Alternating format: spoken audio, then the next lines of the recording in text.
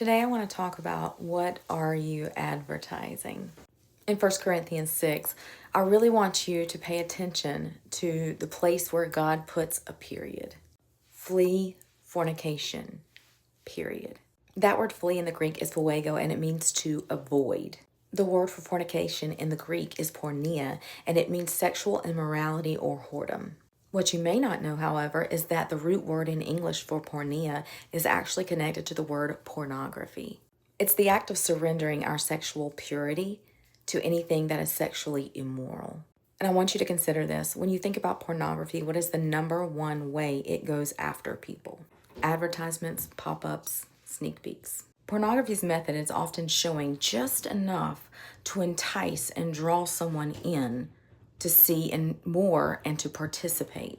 He is talking about taking something pure and holy, our temples, and taking something that was meant to be sacred and beautiful, the act of sex between a husband and wife, and turning it into acts of immorality.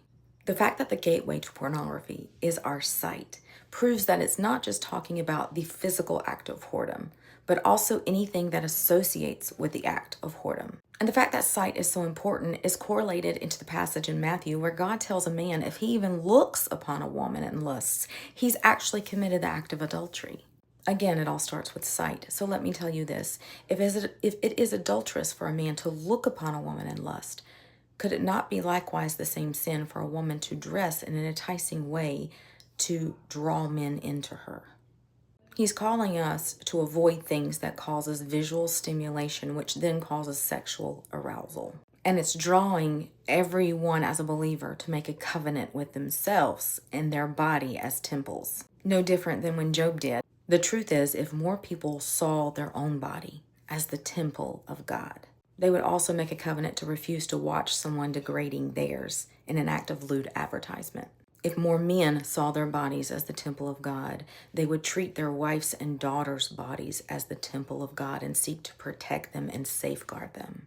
Our biggest sense of naivety in this whole topic is this: that we can dress in provocative ways, that we can take in the advertisement of provocative dress by others, while simultaneously fleeing from fornication.